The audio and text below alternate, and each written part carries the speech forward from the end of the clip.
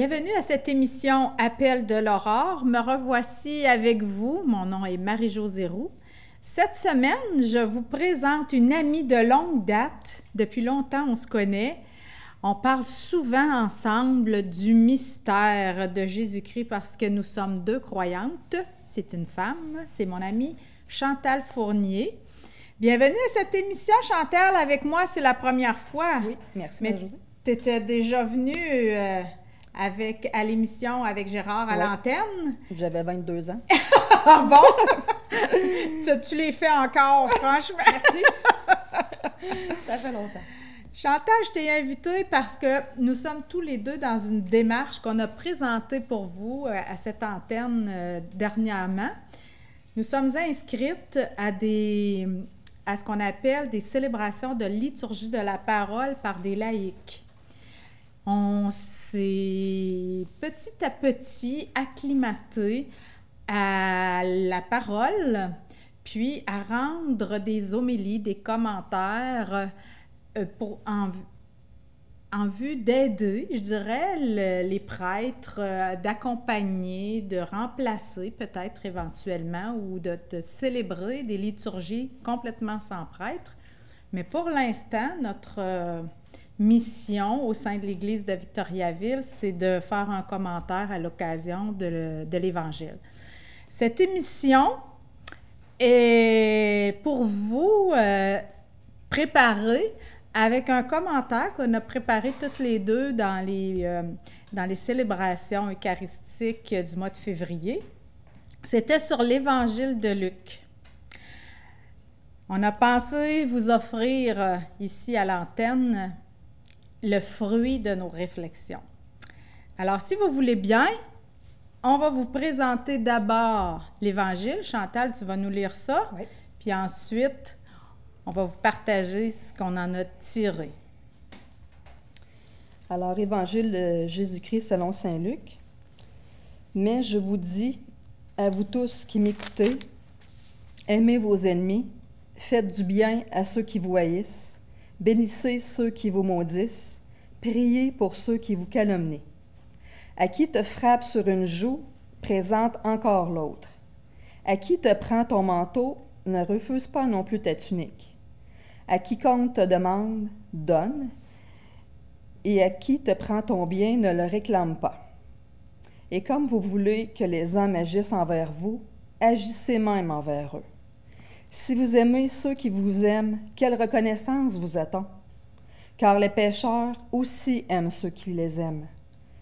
Et si vous faites du bien à ceux qui vous en font, quelle reconnaissance vous en a-t-on? Les pécheurs eux-mêmes en font autant.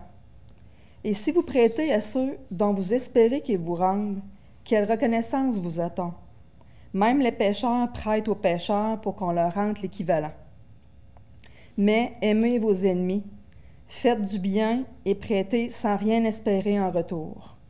Alors votre récompense sera grande et vous serez les fils du Très-Haut, car il est bon, lui, pour les ingrats et les méchants. Soyez généreux comme votre Père est généreux. Ne vous posez pas en juge et vous ne serez pas jugés. Ne condamnez pas et vous ne serez pas condamnés. Acquittez et vous serez acquittés. Donnez et on vous donnera. C'est une bonne mesure, tassée, secouée, débordante, dont vous versera dans le plan de votre vêtement, car c'est la mesure dont vous servez qui servira aussi de mesure pour vous. Sais-tu, Chantal, quand on lit ce texte, on dirait qu'on entend Jésus déclamer son programme électoral. Hein? S'il était politicien, on dirait c'est son plan.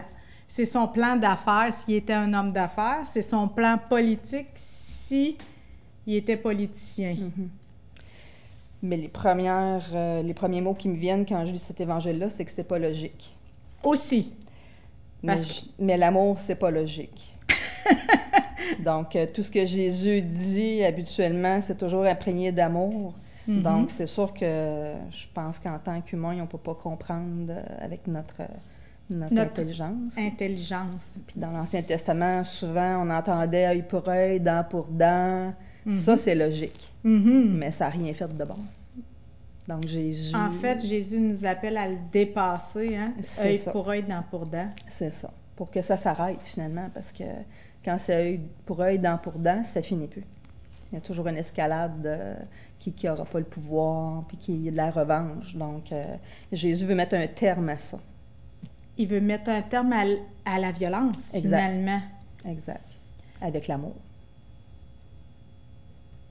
Toi, tu dis c'est pas logique, mais d'une certaine manière, tu trouves pas aussi que c'est logique si on pense en termes d'humain? Dans le sens où chacun de nous a expérimenté, une fois ou l'autre dans sa vie,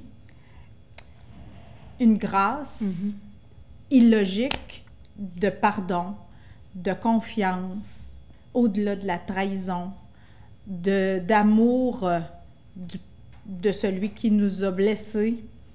Bien, si on va plus loin dans notre réflexion, oui. Mais, disons... à première vue, c'est pas logique. Ça choque. C'est ça. Ça choque la raison. C'est ça. Parce qu'on est des adultes aussi, on a de l'expérience, mais si on pense aux enfants, je me dis toujours, les enfants, eux autres sont pas logiques. Ah oui. Il y a des chicanes d'enfants, j'ai vu ça souvent quand les enfants étaient jeunes, hein? Les enfants chicanent très fort. Puis ça va aller avec des coups même, et puis ça peut être des paroles hyper blessantes, puis le lendemain, ils vont jouer ensemble comme si de rien n'était. Ça, c'est vrai. Donc... la capacité comme d'oublier, d'effacer complètement. C'est ça. Donc, je pense que ça, en vieillissant, des fois, c'est ça, c'est que nous, notre ego grandit, on oublie moins. On se souvient, mais Jésus nous demande de redevenir comme des petits-enfants. Donc, c'est un peu ça qu'il veut dire, à un moment donné, de... C'est vrai. D'oublier. Dans un autre enseignement, Jésus va nous inviter à redevenir comme des enfants. Exact. Parce que les enfants, ils réfléchissent, mais ils oublient vite parce qu'ils réfléchissent avec leur tête, mais après, ça descend vite. Ça descend, tu sais. Donc, quand j'avais 20 ans, j'ai rencontré un prêtre qui m'avait dit on tombe pas en amour, on décide d'aimer. Ah, c'est beau. Puis, parce qu'il disait l'amour, c'est une décision. On ne peut pas tomber en amour avec quelqu'un qu'on ne connaît pas. Donc, je pense que le pardon, c'est la même chose. On ne peut pas dire on pardonne comme ça. On décide de pardonner avec notre tête, puis après, ça descend. Mais... Il y a des gens qui vont certainement te dire, par exemple, Chantal, j'essaye, puis j'y arrive pas. Mais je pense que c'est ça. Qu'est-ce que tu répondrais? C'est une question qu'il ne faut pas réfléchir, justement. Comme les enfants. Ah oui. On fait juste décider, et après, c'est l'esprit qui fait tout le reste. La sensibilité, parfois, n'est pas au courant que ton pardon il est accordé parce que tu as encore de la peur, peut-être. Tu as encore des appréhensions dans le contact. Tu as encore le souvenir. Mais le désir du pardon fait qu'il est déjà en action. Exact. Chantal, quand Jésus dit aimez vos ennemis, comme tu dis, ça c'est complètement illogique. Puis en ces temps de guerre, qu'est-ce que tu penses? Est-ce que ça se peut? Aimer son ennemi, aimer celui qui nous a... oui, si on désire le pardon, mais encore aller jusqu'à prier pour lui. Prier pour lui, tu trouves pas que ça peut être le premier pas? Oui, bien, dans le fond, c'est pas compliqué. Je pense qu'il n'y a pas de gris dans la vie, là, c'est noir ou blanc. Là. Tu aimes ou tu maudis. Ah oui. Aimer ou maudire. Bénir ou maudire. Donc, je pense que quand on choisit de bénir, on est vraiment dans l'action de l'amour, là. Mais quand on dit aimer nos ennemis, la première chose, moi, qui me vient quand j'avais lu cet évangile-là, c'est... je me disais... l'ennemi, souvent, c'est plus nous. C'est pas qu'on sait, mais c'est juste que tout commence par nous. Je pense que, comme le deuxième commandement, aime ton prochain comme toi-même, ça commence avec soi-même. oui, Donc, oui. je pense que si on est capable de vraiment s'aimer, s'accepter, c'est beaucoup plus facile après, parce qu'on est très exigeant envers soi-même. Mhm. On se met souvent des bâtons dans les roues nous-mêmes. Donc, si on s'efforce de vraiment s'aimer soi-même, c'est beaucoup plus facile après d'aimer les autres. On puis a de comme partager. des outils, des clés, un regard aiguisé. Mhm. Il y a deux possibilités. Quand tu me dis ça, il me vient deux réactions, Chantal. J'ai l'impression qu'il y en a qui ont beaucoup de facilité à se regarder avec un regard très intransigeant, très exigeant. Puis ils s'en demandent énormément du point de vue perfection, ne pas déplaire, chercher à avoir l'approbation de l'autre. Il y en a qui sont facilement très sévères envers eux-mêmes, puis d'autres, au contraire, on dirait qu'ils se donnent toutes les permissions, puis c'est à l'autre de s'ajuster.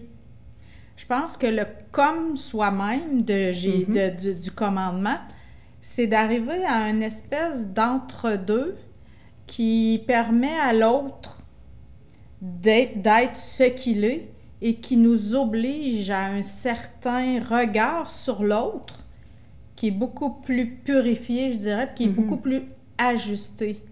On n'est ni là, comme on dit parfois dans le triangle sauveur, victime et persécuteur, on n'est ni dans la persécution, ni dans la victimisation, on est en laissant l'autre être, puis on est capable à ce moment-là d'avoir une relation beaucoup plus juste, beaucoup plus ajustée. Bien, la perfection, c'est souvent qu'on est juge, on se juge très sévèrement. Les Ça fait perfectionnistes, penser hein? à ne jugez pas. Là. Mhm. Quand j'entends la perfection, à ce temps, je pense souvent aussi à Sainte Thérèse qui disait Mon Dieu, que je suis heureuse d'être imparfaite. Puis quand des fois je suis trop exigeante envers moi-même ou envers d'autres, je me dis ça. Tu sais, Oui, ça te calme. Ça calme un peu de... Dieu, il ne veut pas parfait. Il nous veut juste en paix. Donc, c'est surtout ça qui est important. Libre. Libre. La liberté, la vérité rend libre, mais c'est la paix du cœur que Dieu veut, en fait. Est-ce que Jésus, à ton avis, est trop exigeant? Aimez les ennemis, priez pour ceux qui vous persécutent, ne vous jugez pas, c'est tellement facile. Qu'est-ce que tu en penses? Ben moi, je trouve que c'est comme un peu des conseils. Des conseils? Conseils pour, justement, s'en aller sur le chemin de la paix. Ça, c'est comme les... De la paix. Exact. Il n'y a pas de... C'est pareil comme les lois, là. Ils nous conseillent de ne pas rouler à 100 km, mais... Au-delà. C'est ça, tu sais, il y en a qui le font, mais... Puis qui arrive à rien. Exact, c'est ça. Mais je trouve que c'est plus un conseil pour garder notre paix intérieure, finalement. C'est sûr qu'on ne peut pas être parfait, on ne peut pas être comme Jésus. Non, non. Jésus, c'est notre modèle des chrétiens. Donc, en tant que modèle, je peux l'imiter, mais je ne deviendrai jamais lui. On peut imiter nos parents, mais on ne sera jamais nos parents. Donc, on prend le bien, on prend le positif qu'on veut prendre. C'est notre modèle. Et si on n'est pas en paix avec ça, c'est peut-être qu'on n'est peut-être pas dans le bon chemin. Deux choses. J'ai deux réactions face à ce que tu viens de dire, Chantal. La paix, tu dis, c'est pour garder notre paix, mais je pense que ça va au-delà de la nôtre. C'est pour garder aussi la paix dans nos relations, la paix entre nous, autour de nous, dans nos communautés, dans nos familles. C'est des trucs que Jésus nous donne pour garder la paix intérieure puis la paix dans nos relations.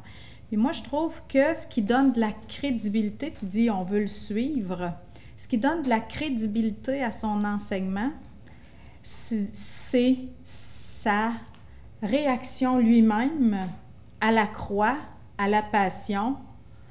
Il ne s'est pas défendu. Non. Il n'a pas été violent. Il n'a pas essayé de convaincre. Il a été dans la paix, dans le non-jugement, jusqu'à guérir l'homme qui avait été blessé par son apôtre Pierre, qui était tout émotif, je dirais aveuglé par ses émotions, puis le désir qui n'était pas du tout dans l'enseignement de Jésus. Pourtant, il avait entendu ça, mais Jésus était parfaitement en paix, parfaitement ajusté à cet enseignement-là. Il l'a mis devant nous, je trouve, à exécution, son plan, son projet d'amour, de miséricorde, jusqu'à finir par dire « Aimez-vous les uns les autres. » à la croix, « Père, pardonne-leur, ils ne savent ce qu'ils font. » Je pense que c'est cet enseignement, cette conviction qu'il avait qui lui a permis de dire ça à la croix. Bien, justement, par rapport au silence, j'appelle le silence de Jésus, qui me fait penser au début, si quelqu'un te frappe sur la joue gauche, tends lui ta joue droite. Et il ne nous demande pas de nous laisser battre. Non. C'est vraiment la réponse au mal. Si quelqu'un te fait du mal, c'est de ne pas répliquer, en fait, de ne pas se venger. C'est parce que en face du mal, je pense que ce qui le fait le plus mal, c'est d'être silencieux. Quand on est silencieux... Il y a plus d'effet. Exact. Que si on réagit, oui, ça nous fait peut-être du bien de réagir, mais en fait, c'est le silence de Jésus qui a fait que le plan de Dieu s'est accompli. C'est sa non-résistance au mal. Sa non-violence. Exact. Donc, il n'y a pas personne qui aime ça, se faire, comment on dit? Juger, oui, puis, condamner, maltraiter. Donc, si tu restes, en tout cas, je pense qu'en restant silencieux au mal, c'est plus choquant que... Puis quand tu dis des fois, tu disais, Père, sur la croix, ils ne savent pas ce qu'ils font, ça me fait penser aussi à toujours des phrases qui me font penser à des saints. Mère Teresa qui disait les gens sont parfois illogiques, irrationnels et égocentriques. Aimez-les tout de même. Oui, c'est ça. C'était comme... ils ne savent pas ce qu'ils font. Ouais. Aime-les quand même. C'est comme si c'était une excuse, hein? Des espèces d'excuses, mais on a à aimer. Oui, c'est ça. Aimez-les tout de même, c'est... je vois ça comme... Aimez-les comme un enfant, dans le fond. Avec votre cœur d'enfant. Moi, je me dis aussi, si Jésus nous l'a demandé, c'est qu'il veut nous donner les moyens de le réaliser. Aimer nos ennemis, souvent on se bute à notre propre sensibilité, puis à notre incapacité, à notre incompétence, je dirais. Mais si Jésus nous l'a demandé, c'est parce qu'il veut le faire avec nous. Exact. Pour nous. Moi, c'est ma conviction quand j'arrive puis que je bute sur mes désamours. Je me dis, si Jésus m'a demandé de l'aimer, il veut m'en donner la capacité. Il m'en donne le désir, c'est déjà un pas, mais il va m'en donner la force si j'arrête pas de lui demander. Puis on le sait qu'on est capable, parce que Jésus, c'était un être humain. Oui, c'est Dieu qui s'est incarné, mais en premier, c'est un être humain. Donc, si un être humain était capable, nous aussi, on est capable. En plus, on a l'Esprit Saint, il nous a laissé l'Esprit Saint en nous, vivant, pour nous aider. Il n'est plus là, on ne le voit plus, Jésus, mais son Esprit Saint est avec nous jusqu'à la fin des temps, il nous l'a dit. Exact. En préparant cette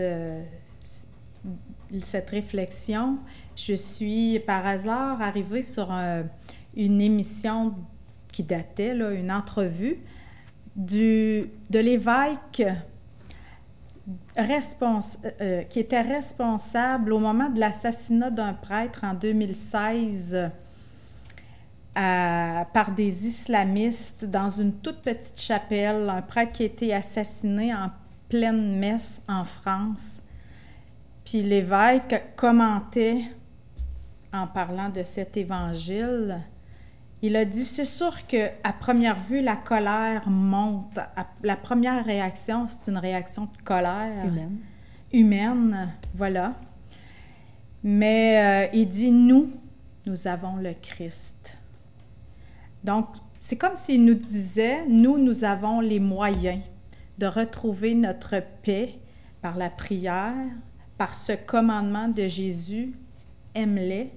Puis c'est comme si ça nous donnait les moyens de calmer notre désir de violence, de vengeance, notre colère intérieure. Moi, ça m'a beaucoup touchée. Ce qu'il a dit, il avait reçu des messages de paix, des messages très apaisants. Puis il disait, on ne peut pas répondre par la violence parce que là, c'est tout le monde qui va souffrir de la violence. En ces temps marqués par la guerre, l'escalade de la violence, hein, on en parle beaucoup dans la violence conjugale. Il y a d'abord la violence psychologique, ensuite, bon. Et si la violence est entretenue, nécessairement, elle devient de plus en plus grande. Exact. Puis ça fait des ravages. Chantal, as-tu des trucs? Des trucs? As-tu des trucs à nous proposer? Par rapport à cet évangile-là? Mm-hmm. Ben, pour aimer, pour acquérir cette paix intérieure, accueillir, je dirais, la grâce de la miséricorde aussi, parce que on l'a déjà dit. C'est pas notre humanité qui... Je pense que c'est... en tout cas, je repense encore aux petits-enfants, là. Oui. Tu sais, c'est notre égoïsme, notre ego, souvent, qui nous fait réagir. Donc, je pense qu'il faut encore... des fois, en tout cas, souvent, ça m'est arrivé, puis je me disais, oublie-toi, oublie ton ego. Ah oui. Puis si Jésus, c'est notre modèle, qu'est-ce qui ferait Jésus à ta place? C'est sûr que c'est un beau modèle, mais qu'est-ce que Jésus ferait à ma place? Je peux pas devenir comme lui, mais au moins ça m'aide à me concentrer sur le choix que j'ai à faire de bénir ou... Oui, c'est ça. Mais c'est sûr qu'en premier lieu, c'est notre côté humain qui réagit. Mais de se tourner vers lui, automatiquement, ça nous aide, là. Moi, je dirais qu'un de mes trucs, Chantal, là, c'est de me dire comment Dieu voit cette situation. Mm-hmm. Quel est son regard sur cette personne? C'est son enfant. Il l'aime comme un père. Il a sur lui, sur elle, cette personne-là qui me contrarie, qui me dérange, qui dérange ma paix, qui m'appelle à un dépassement de mes émotions. Comment Dieu la voit? Comme son fils, sa fille bien-aimée. Il y a un truc que je me dis justement, là, ça me fait penser quand, exemple, quelqu'un peut faire quelque chose de grave, là, je me dis, si j'étais dans ses bottines depuis qu'il est au monde, je ferais peut-être la même chose que lui ou elle. Ou pire encore. Ou pire. C'est ça. Ça, c'est l'amour de Paul. Paul aussi, va, je dirais, être l'écho de Jésus en disant « L'amour prend patience, l'amour excuse, l'amour pardonne tout. » Mais ça vient pas toute seule. Hein. C'est comme n'importe quoi. On fait du sport, on se pratique. C'est ça. Mais ça, c'est la même chose. C'est à force de se pratiquer, à se dire ces petites phrases-là qu'à un moment donné, ça vient automatiquement. Là, mais il faut se pratiquer. C'est drôle, hein, Chantal? Souvent dans la vie, j'ai l'impression qu'on part de l'enfance. Tu nous donnais pour modèle tout à l'heure les enfants. On part de l'enfance, puis là, on désapprend tout. Exact. Puis on devient très mature. Dieu vient dit désapprend. Puis là, on se construit une personnalité, on se construit une armure aussi pour ne pas être trop blessé. On se construit un gros ego. Un gros ego. Puis petit à petit, le temps nous réhumanise, puis on a à renaître. À faire fondre. Oui. À faire fondre cet ego-là. C'est comme ça que j'aime bien les images, là, mais c'est un peu ça. Puis des fois, il arrive justement des événements dans notre vie sans qu'on les choisisse qui fait fondre. Donc, il faut se laisser oui. travailler par l'esprit. Ça fait mal, mais je pense que c'est ça qui fait le plus de fruits.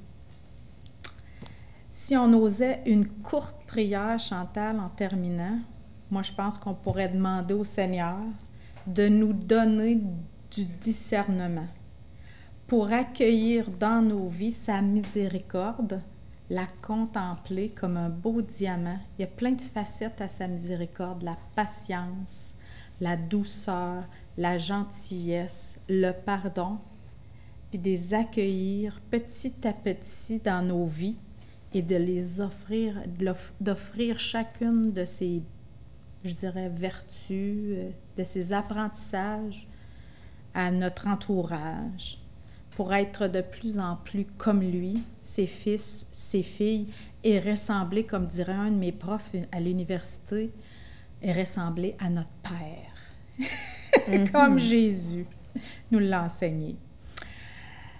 Merci Chantal d'avoir participé à cette émission. Merci. Espérons que nous vous avons donné le goût du dépassement, mais le dépassement, en fait, c'est l'accueil de la miséricorde. Si Dieu nous demande d'être presque des héros de l'amour, c'est parce qu'il veut nous en donner les moyens. Merci Chantal d'avoir été là avec moi pour cette réflexion. On se dit à la semaine prochaine. Merci à nos techniciens. À bientôt.